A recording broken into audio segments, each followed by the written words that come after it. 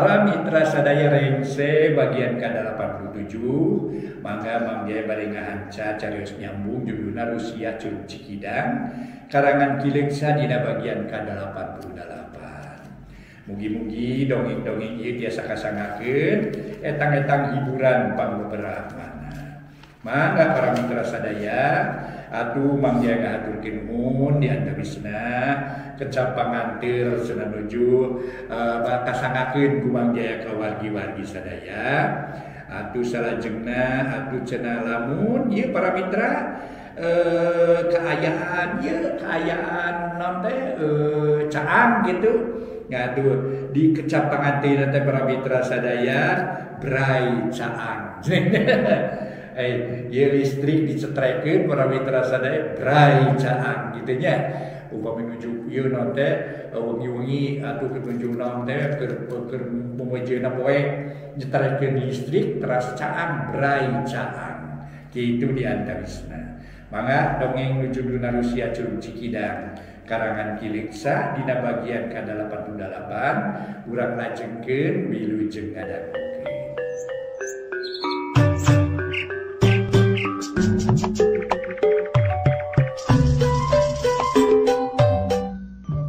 Para mitra kaum dangu, wilujeng tepang dangu sareng acara matuh dongeng enteng pangbeberahmana. Mang Jaya sapara kanca bade neraskeun hanca dongeng nu katunda carios nyambung judulna Rusia Curug Cikidang karya Kilengsa ayeuna nincak bagian ke-88. Mangga atuh urang sami-sami Bandungan wilujeng ngadangukeun. Harita Ruhya tuluy nanya, "Jadi moal wakal maling ini nya? Nanaon mah ka dia tuh ki?" Sia mah balet. Tara beunang di papatahan. Mun teu nurut ditampiling sia ku aing. Moal dianteur ku aki. Kunaon sia Ruhya? Meni keukeuh rek mawa karep sorangan. Hayang modal sia. Aki Jumin kalah ka ngamak. Ulah kitu ki da kuring mah geus hayang meunangkeun ini atuh. Panas kana hate manehna bet bisa kabur ti kamar nu sakitu rapatna. Sarua aja ngahina ka kuring teu ngahargaan. Matak ti ala ku kuring moal dilila-lila pokona mah. Jawab Ruhya tegas. Yung sorangan. Aing moal pipilueun. Lantaran lamun sia teu nurut ka aing alamat bakal cilaka deuleu. Ulah kitu ki ah. Nya kuring rek nurut ka aki keun bae lah. Teu aya ayeuna ge asal isukan kudu hasil. Kumaha atuh ki? Ruhya ari sieun para mitra rek ditinggalkeun ku aki nama. Sabab teu wani sorangan. Ayeuna kieu euy, samemeh ka ieu masih kurip, urang ngurilingan lemur. Nya, urang ngalingakeun kakuatan rona naya sabar urang. Jeung aya sakumaha garuna engke urang tewakan sabareh. Atawa disirep sina sarare mun geus aman kakara urang ngajorag ka lemur si kurip. Lain ka lemur ka imahna meureun kieu da geus puguh ieu lemurna. Heuh, kitu maksud aing ge. Kumaha mun kitu? Moal sieun maneh. Lantaran kudu rada lila ieu pokona mah ka imah si kurip kira-kira janari keur meujeuhna tali barahees. Cek Aki Jumin bangun sumanget naker. Hayang ngabelaan incu bari mulangkeun ka nyeri ka Mang Kurip. Hayu we urang jalankeun ti ayeuna keneh. Ruhya nangtung. Yu init. Geus meujeuhna ieu kabeneran peuting poek langit katuruban ku Mega Hideung. Daya bentang nu temong. Ieu kasempatan kacidahadena lantaran bakal babari udari derna. Aki Jumin nyarita bari lempang nuruskeun lalampahan rek asup ka lemur Cibonteng. Dituturkeun ku Ruhya nu geus teu sabar hayang geura hasil deui. Maling nyinining lantaran asa dihina, dipangkaburkeun ti kamar, malah asa ditangtang diajak ngadu jajaten. Da harita kaburna nyinining kasebut aneh, jandela jeung panto tayan ruksak. Hal ieu matak kaget pikeun Ruhya, ge matak panas hate pikeun Aki Jumin. Nu lumampah para mitra dijajabkeun harita teh. Kureangna sora gaang, dipirig ku sora jangkrik dipasieup ku sora bueuk. Asa pantes ngajajabkeun jalma jahat nu lumampah peuting boga niat anu salah. Ngadatangan lemur batur bari jahat. Dina kaayaan kitu lemur Cibonteng ngadak-ngadak karasa keueung. Malah mah dadak kadang dumadakan bet kadenge pating cungungung sora anjing nu babaung. Ditema ku sora koreak jeung manuk jurig. Siga nu ngahajanjing sieunan kanu keur lumampah. Tapi Aki Jumin teu sieuneun manehna geus wawuh jeung bangsa siluman moal daekeun ngaganggu ka manehanana. Pikeun nu ngarona mah kaayaan kitu teh kacida mata keueungna. Lantaran matak ngahudangkeun bulu punuk, pating puriding jeung pating puringkak ngaruntagkeun kana hate. Matak sieun jeung geueuman, mana komo aya deui nu sejen nu leuwih keung nyatana sora angin nu ngaguru handaruan, tapi dang daunan teu aya nu oyag kabeh matak sieun jeung keung. Harita Rona geus sadia ti wanci magrib keneh. Lantaran kubah Jilun jeung ading dikeprak sina arinit beurang keneh.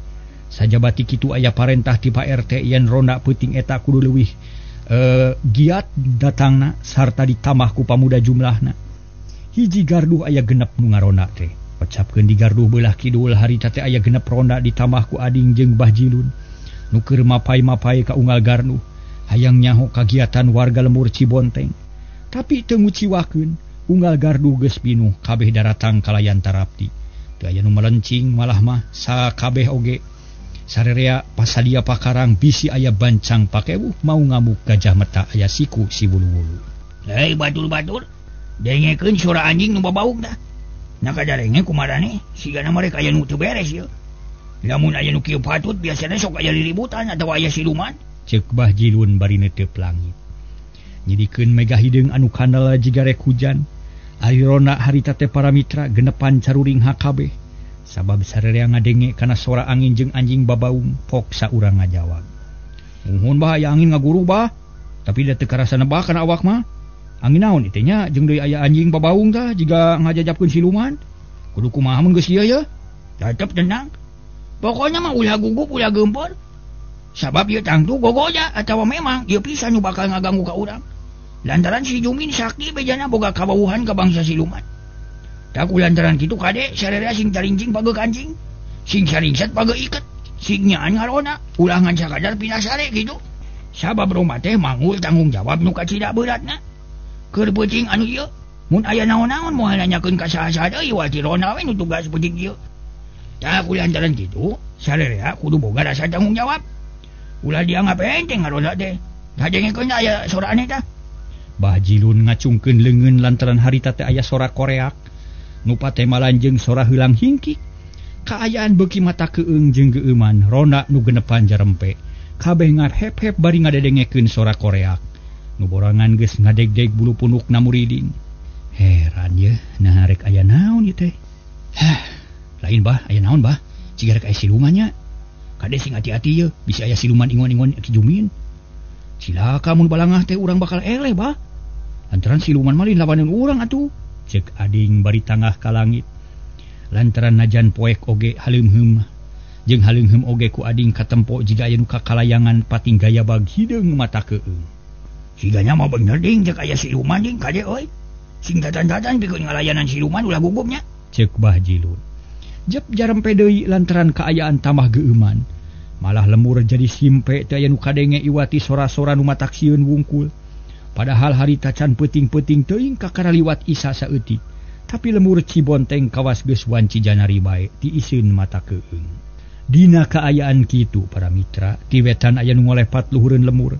Sinar bodas meni ngempur ngabarasat ciga huntu bangkong anu ngamah jumantara. Kebeg sarerea ngarenjag panon marelong ka langit. Tapi geus poek deui. Teu aya nu katempo ngan keungna beuki namahan bulu punuk pating puriding. Eda skala beuki parna bah kudu kumaha ye? Ceuk Adi. Wah cicing we heula ding. Urang dagoan saterusna. Nari kumaha ieu nya lamun geus yakin aya nu matak bahaya urang lumpat ka imah Ki Antri. Urang minta tulung ka anjeunna. Jawab Bah Jilun tegas. Tapi hatena geus mimiti miris lantaran bulu punukna beuki paruting parulingkak. Kumaha ayeuna ka ditu we bah urang bebeja ka Ki Antri. Heueuh nama tuh. Bah Jilun satujueun pisan. Jung nangtung bari singkil rek indit ka Ki Antri. Ading tegenah cicing, manehanana singkil sarung dibeulitkeun kana cangkeng. Mang kade pimpin Rona di dieu nya, lantaran lamun teu aya nu daek mimpin moal bener ye. Mun aya naon-naon kalah ribut teu pugung kena. Ading ngareret ka hiji Rona nu pangkolotna, eta Rona nyanggupan rek mimpin batur kanu limaan. Sanggeus tarap timah beraduanana miang rek ngajugjug ka imah Ki Antri. Bah Jilun jeung ading laleumpang bangun rusuh lantaran hayang buru-buru tepi kanu dijugjug. Kaayaan beuki simpe mata keung nu rame ngan ukur sora-sora nu matak sieun. Anjing babaung patemalan jeung koreak dipirig ku sora angin anu ngagelebug matak paur. Dina kaayaan kitu sisi lemur belah kidul aya dua jalma nu keur pating katayap dinu buni. Panonna rancingas ceulina meni rancung-rancung we. Ngadedengekeun sora bisi aya nu matak nyurigakeun. Horeng nu duaan teh Aki Jumin dituturkeun ku Ruhya nu teu wanieun jauh. Ngan sirikna teu muntang kana leungeun Aki Jumin lantaran poek jeung rada keung. Ki, sieun kuring iki rek aya naon nya? jika kuburan anjing babaung angin ngagelebug. Koreak patemalan, cek Ruhya ngaharewos ka Aki Jumin. Manehna rumpad rempod rek lumampah teh. Gempe sia Ruhya, udah loba omong sia. Dengekeun sing bener. Diulah ditu sadaya nu leumpang ceuli Aki nangkep sora-sora suku nu pating kareubling kana taneuh. Maneh kudu hati-hati bisi ngaya musuh.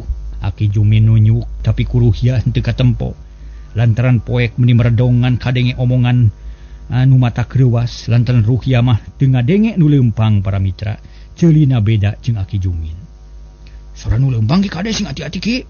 Mun bisa mah tewak sakalian ngarah teu ngaganggu ka urang, ceuk Ruhya ngaharewos. Tuluy rarat-reret kawas nu diteangan dibarengan ku jajantung nu ratu. Bener. Urang tewak mun ngan saurang mah. Ngarah nungtut beunang hiji-hijieun. Yuk tuturkeun Aki kade ngalengkana sing alon. Bisi nimulkeun sora nu matak nyurigakeun. Yuki sok Aki ti heula kuring mah engke sing nyalahan paneuri. Duaan pating katayep ati-ati pisan muru ka jalan anu keur disorang ku Bahjilun jeung Ading. Harita para mitra duaan pating katayep ati-ati naker.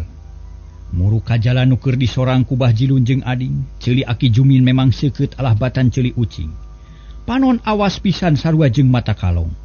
Tekung silila geus ngaraneg deui lantaran Aki Jumin nempo dua kalangkang hideung. Nu keur laleumpang mapai jalan ngageredig bangun rusuh. Leungeun Aki Jumin nahan dada Ruhya ngarah cicing. Reg Ruhya ge eureun duanana teu aya nu nyarita.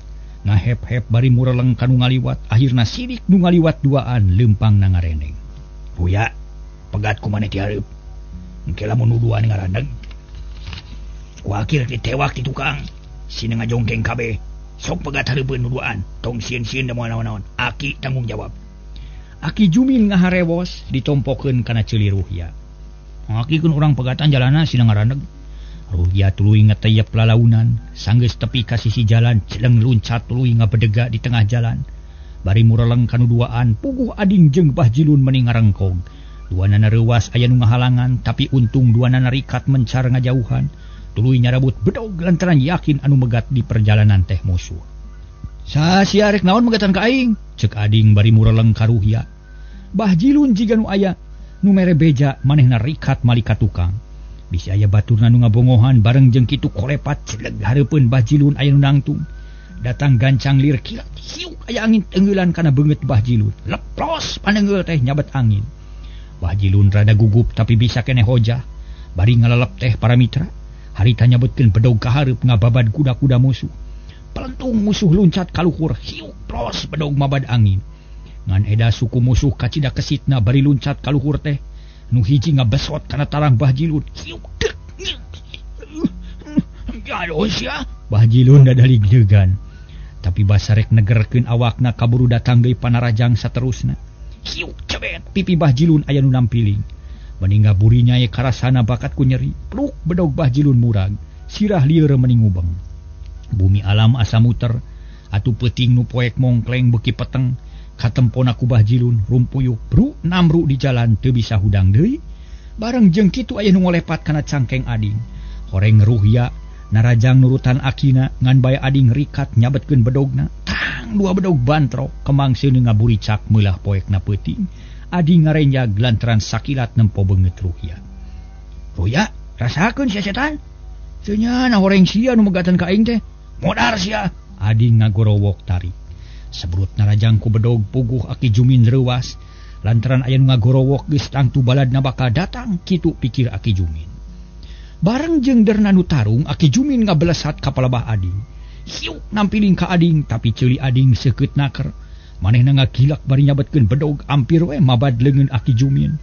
Ngan untung Aki Jumin rikat narik deui leungeunna. Dibarengan ku ngajejek tuur Ading, sret hiuk dik. Ading ngagero ngahaja ditarikeun ngarah rona daratang. Aki Jumin beuki keheuleun seak narajang deui nu diarah teh tangan Ading. Peureup buleud ngabelesat kana hulu angen. Ading rikat ngagiwar ka gigir bari nyabetkeun bedog hiuk bret aya nu kasabet siga nama kampret Aki Jumin da aya nu kukulutus. Jadah sia baju aing diruksak cenah jelas pisan kadenge ku Ading. Sora hiji aki-aki malah Ading apal kana sora Aki Jumin. Atuh tangwe nyangka yen musuhna nu di lemur Cibonteng. Celeng Ading mundur ka tukang tuluy ngagero ngagorowok. Tulung! Ayo bangsat! bangsat sorat tarik menipating saleor ka unggal pojok. Bubuh rona-rona pating rarenjag buriak galumpatan muru ka palabah ading nu ngagorowok menta tulung. Aki Jumin gugup manehna reuwas ari ngadenge kitu mah. Red karuhya tuluy ngajak kabur bari luncat kanu poek. Ruhya teu loba ongong celeng luncat nutulkeun akina les dilegleg ku poekna peuting. Tuluy pating beretek ningalkeun lemur bari hatena lelenyapan jajantungna ratu. Kocapkeun ading harita culang cileung leungiteun musuh. Lantaran teu kadenge sora da tadi ge katempo mah henteu. Ngan beda kadengena ading tatan-tatan sok sieun dibongohan ku musuh. Jumin, Ruya, di mana sia rasakeun bedog aing ye? Ceuk ading bari muterkeun bedog pikeun ngabendung serangan musuh. Lantaran poek bisi musuh ngabongohan. Tapi da teu aya musuhna oge sabetan bedog ading teu aya nu hartina. Keur kitu burudu loma nu datang pating kelebur marawa obor. Lalumpatan bari mawa pakarak. Mana bangsat? Mana? Mana we mana? Nu daratang reang nanyakeun ka ading. Teu lila ading geus pada ngariung obor ngagebur hurung di dinya caang. Geuning jang ading oleh kunaon si Abah ngajongkeng eta? Ceuk Pak RT reuwaseun. Panon melong kabah jilu nu ngarumpuyuk bangun ripuh lantaran tadi kajejek tarangna ku Aki Jumin. Cilaka Pak RT aya musuh nu nyusup ka lemur. Si Ruhya jeung akina geus terepi ka dieu. Untung kuring teu kabeunangan, ceuk ading bari ngahega. Panon rarat-reret kanu ngariung tuluy melong kabah jilun. Nu nyuksruk kana taneuh mata ketir jeung teu kuateun hudang. Kamana kaburna jang ayeuna? Urang budak sekalian. Pak RT nanya deui. Tuluy rarat-reret.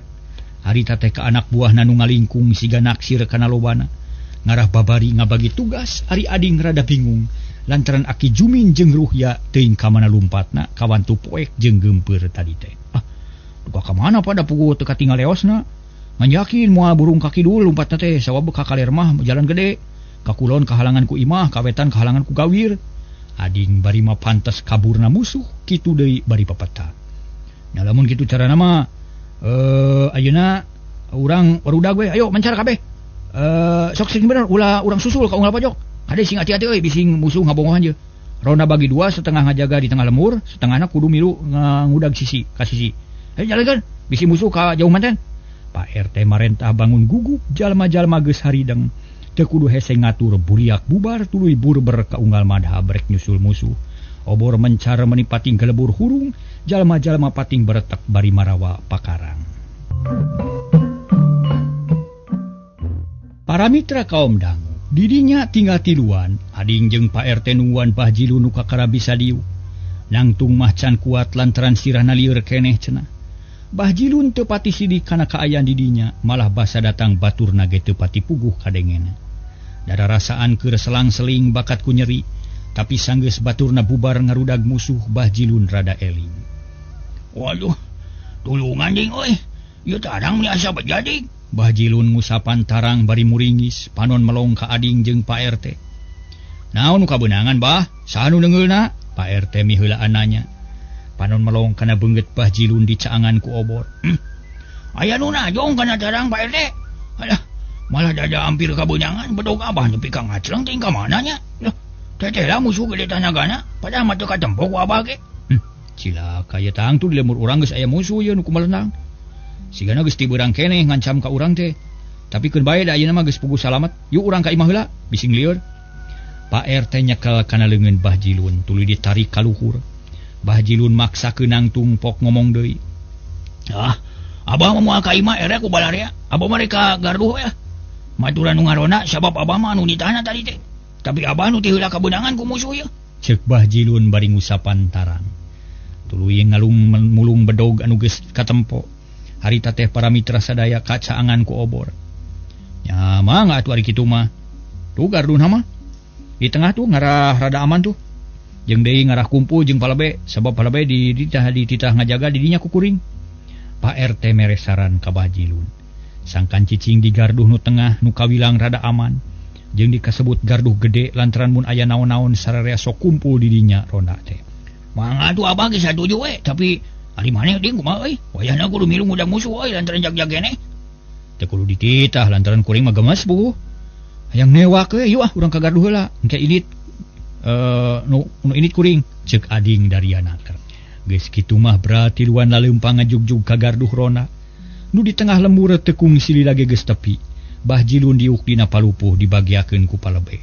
Jeung ronda sejena duaan, sanggeus papatah ka palebe jeung nu sejena Pak RT jeung ading arinit kasisi lembur rek milu maluruh musuh hayang beunang peuting eta. Kaayaan beuki peuting hawa karasa tiis meuni nyecep. Sora angin jeung anjing babaung jadi leungit malah koreak oge jempe ayeuna mah. Nu kadenge iwati sora jangkrik jeung simeut gadung. Dina kaayaan kitu Aki Jumin jeung Ruhya ngahep-hep sisi lembur beulah kulon. Geus tereh deukeut ka imah Mangkurip. Duanana ngadedengekeun kaayaan di jero lembur anu tadi kadenge nu recok ngaromong jeung katempo loba obor meuni ngagebur di lembur Cibonteng ngadak-ngadak caang ngebrak. Komo geus kieu Ki, lantaran niat urang gagah Ki, ceuk Ruhya bangun beak pangharepan. Lantaran cana naon geus gagah. Cicing heula si Ruhya. Ulah waka elehan jadi lalaki teh euy. Tu deuleu cahaya obor di wetan, tang tu eta rek neangan ka urang. Ieu kasempatan hade keur urang, sabab lamun jalma-jalma riab neangan urang, tang tu di jero lembur kosong. Moal aya lalaki nu jag-jag. Lamun geus kitu, urang bakal laluasa ngagaradah imah si Kurip. Urang paling sakalian anakna. Jawab Aki Jumin tenang naker. Bubuhan kolot geus loba pangalaman legok tapak genteng kade. Manehna geus henteu gugup manggih kaayaan kitu kalah ka aya kasempatan. Nyanya kumaha atuh saterusna Ki? Ieu urang ngadeuketan ka imah si Kurip lah. Ngareh teh rengse, moal hese da sisi jalan jeung loba tatangkalan tangtu babari keur nyalingker. Ruhya timbul deui sumangetna. Keula ceuk Aki ge silikeun heula cahaya obor tu. Ka mana leosna? Ngaler tawa ngidul, ngulon atawa ngetan. Aki Jumin harita nunjuk ka beulah wetan. Dirinya katempo keneh hibarna cahaya obor. Kuruhya harita diteuteub rada lila, breh katempo obor teh meuni mencar. Ngaler jeung ngidul ngulon jeung ngetan atuh Ruhya rada bingung pok nyarita deui. Nyebar ka unggal pojok Ki kumaha atunya urangnya? Keur bae. Aki bisa keneh nyingkahan nu neangan. Yuk tuturkeun Aki. Kade ulah ngomong mun teu ditanya. Aki Jumin nangtung. Mangga Ki tangtu kuring bakal nurut ka Aki. Tuluy duanana laleumpang lalaunan Aki Jumin milihan jalan nu buni. Ngarah teu kapangih ku musuh. Duanana pating ketayep harita teh dodongkoan. Sakapeung ngaraneg bari melong ka tempat nu dicuriga bisi aya musuh. Baranggo ka hiji tempat Aki Jumin rada ngagebeg. Lantaran nu keur bedega opat jalma kabeh marawa pakarang. Saurang mawa obor malah makadenge pating gerneng ngomong jeung baturna. Ruya, hati-hati euy, aya musuh. Mangganing urang kudu ngaliwat kadinya, mun teu kadinya moal bisa ngejat cicingnya. Ulah ngomong bising kanyawan ku musuh. Eta mangkeluk urang singsieunan, ceuk Aki Jumin ngaharewos. Harita teh bari laun pisan Ruhya ukur ungeuk tanda satuju. Aki Jumin kekerenyeman mapatkeun jampe pamake. Hiuk angin ngagelebug tarik pisan. Sorana munggah handaruan ngaguru. Pas obor an dibawa ku musuhna parareum disusul ku nu gegelendeng ku nu gegeledegan angin. Apunten. Keke. Disusul ku nu gegelendeng kulantarana oborna pareum. Ari Aki Jumin bungaheun terus manehna nangtung. Sanggeus tarapti ngagerem nurutan maung sora meuni ciga teu aya tanda-tanda sora jalma.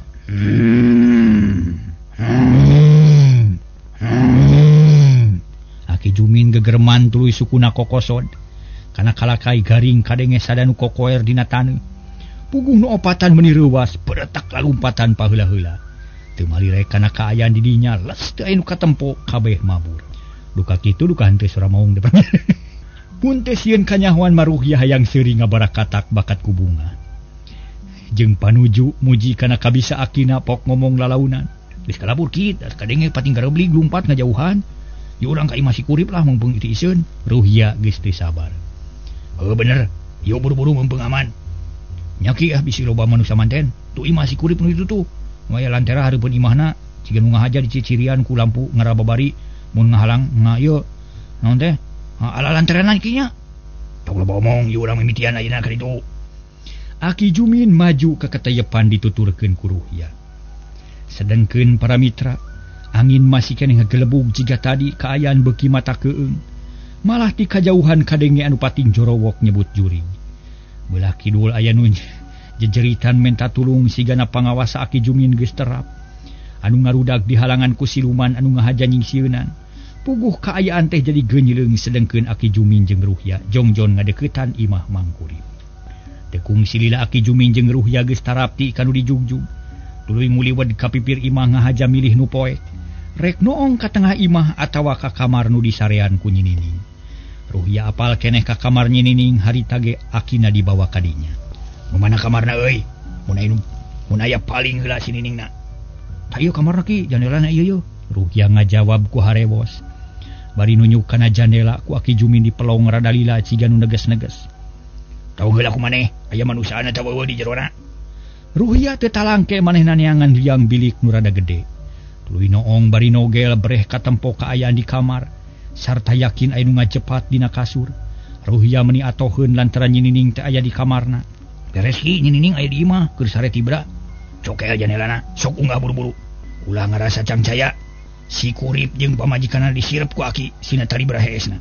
Ceuk Aki Jumin tegas tuluy mapatkeun sirep nu mati. Malah nu sarare leuwih tibra atuh Ruhya atoheun. Serepet ngalugas bedogna tuluy nyokel jandela teu wudu rada hese. Lantaran kumang Kurip geus dipageuhan deui. Ngarah teu babari beunang dicokelna. Tapi Ruhya lain jalma bodoh dina ngabongkar jandela. Ngajan hese ge akhirna beunang perai muka. Cahaya cempor nyebrot kaluar harita teh. Kalacat Ruhya unggah kana jandela tuluy ngeteyep ngadeuketan anu keur sare. Memeh di pangku ditempo heula bisi nyalahan tetela bener Nyinining keur sare tibra malah mah kere. Hasil nama dibawa kabur saku aing. Wain nyahoeun lantaran moal dibawa ka lembur Cijaha. Urang ditnya jeung Akang. Ceuk hate Ruhya tuluy mangku Nyinining sarta teu poho bahamna dicocokan ku lamak. Ngarah teu bisaeun ngajerit. Senggeus hasil rusuhan turun tina jandela di batuan ku Aji Jumin. Ulah lihat yang di dieu ieu urang kalmur heula kabur. Ya awewe bawa heula ka tempat urang ngarah aman. Sok tuturkeun Aki. Ceuk Aki Jumin bari tuluy ngaleos init dituturkeun ku Ruhya nu mawa Nyinining. Para mitra kaum dangu, tunda heula lampahna Ki Jumin jeung Ruhya nu geus hasil ngajalankeun niatna. Kebat ninggalkeun lemur Cibonteng ngajugjug ka tempat nyumputna. Ayeuna kocapkeun ka aya nu ngarudag musuh geus ngajaga lemur. Jeung ngajaga lemur harita teh kaayaan mata keung jeung geueuman lantaran asa loba jurig jeung siluman nu marakayangan. Loba setan nu ngagoda karona-rona. Bah Jilun jeung Palebe ge kageteun lantaran teu barisa dibobodo. Yen maranehanana kacida sieuna bulu punduk teu boleh pating puriding, pating puringkak asa kukurayeun. Palebe, kumaha ieu teh nyawat keung-keung teuing nya di lemur teh? Aya siluman atawa jurig? Bah Jilun nanya ka Palebe ari ronda. Nu aya di dinya pating purungkut sieunun teu aya nu wani nyarita. Nya teuing bah, kuring ge teu ngarti kana urusan ieu mah. Ngan hayang nyaho kuring teh jurig naon atuh nu ngaganggu teh. Sabab tadi belah kulon pating jerit nyebut jurig, di kidul pating gorowok nyebut ririwa. Aya naon sanyananya? Palebe kalah malik nanya sabab sarua teu nyaho kana sabab musababna. Hariwang kuring teh Palebe. Sok sieun aya musuh nu ngagunakeun ilmu siluman. Lantaran geus aya beja yen Ki Jumin teh kabur ti Panyara make ilmu siluman cenah. Buah-buah ka dieu ge kitu ngahaja ngaheureuyan balad urang. Keur ngacokeun kaayaan kitu dah babakunya teh. Bah Jilun memang seukeut perasaanana bisa neguh kana kaayaan nu sakitu weritna. Nya meureun bah, tapi kumaha mun geus kieu ye? Na perlu mun neang ka imah Mang Kurip sabab ceuk Pak RT ge ngan Mang Kurip nu diancam teh ku Aki Jumin teh. Tangtun jadi sasaran kadinya buah-buah paroho ye. Yeuna teu aya nu ngajaga di imah Mang Kurip. Palebe hariwangeun bisi Mang Kurip cilaka dibinasa ku Aki Jumin. Alah, benernya Palebe kuring teh hariwang jeung balang ye bisi Mang Kurip aya nu ngabinasa. Yu urang teh angka di dua. Keun bae di dieu mah da aya rona, cukup tiluan ge. Bah Jilun nangtung teu loba mikir, bakat kumelang ka kulawarga Mang Kurip. Palebe teu loba catur harita teh tuluy init bareng jeung Bah Jilun. Ngajugjug ka imah Mang Kurip tapi kakarege tepi ka parapatan Bah Jilun calangap bakat kureuwas jeung sieun. Lantaran di tengah jalan aya nu ngadepong meni coreleng belang, mata hurung jiga batre sakembaran puguh we. Palebe jeung Bah Jilun ngarempod bakat ku sieun. Palebe, itu naon itu? Bah Jilun nunjuk ku dua leungeun. Panon burial buncelik bujur berat berit-brut hitut bakat ku sieun. Maung bah, maung. Palebe milu gugup kasima dipegat maung. Kalayan teu loba pikir balicat balik yang lumpat balik deui.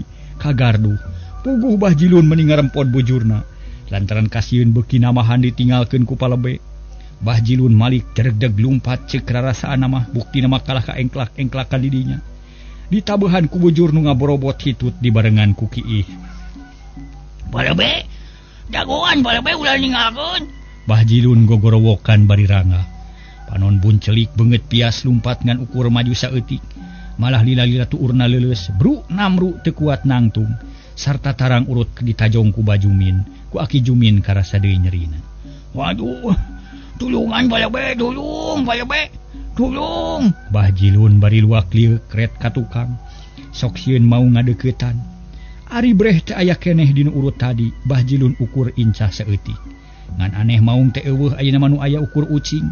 Keur cumagug nempokeun Bahjilun nu namru di jalan bari humarurung. Atuh meuni olohok Bahjilun teh. Sabab jadi teu percaya kana tatempoanana. Data lima yakin anu ngahalangan teh maung malah palebege apan kabur sieun. Tapi ayeuna katempo ku Bahjilun bet jadi ucing belang sagede bitis. Keke. Asa teu kahadi teh ucing atawa maung. Nah salah tetempoan kumaha nya. Tapi apaan palebege ngabece lumpat sieun ku maung. Nya ayeuna jadi ucing ya. Cek Bahjilun ngomong sorangan tuluy neuteub lila pisan kana ucing. Malah eta ucing disada eang-eongan. Yakin pisan sora ucing. Tungtungna Bahjilun jag-jag deui kawani timbul deui. Da teu sieun ari ku ucing mah malah mah sanggeus nangtung teh ngaragamang kana batu nu leutik deukeut sukuna. Kalayan teu tatapas ini hiuk-hiuk beleuwer ucing teh di baledog. Belecet ucing teh kabur sieun. Sia ngaoda ka aing. Panyana teh bener sia maung. Paduh. Bahjilun ngalewas balik deui ka garduh rona teu tulus ka imah mangkurip. Lantaran rek nepungan heula palebe nu geus kabur ti heula sieun ku maung. Teu kungsi lila para mitra Bahjilun jeung palebe dariuk deui di garduh. Padananya ku rona nu aya di dinya lantaran kakarasakeun geus baralik deui. Malah palebe menit ti buburanyat datangna calangap bari molotot da puguh sieun ku maung. Waktasna see para mitra deuh.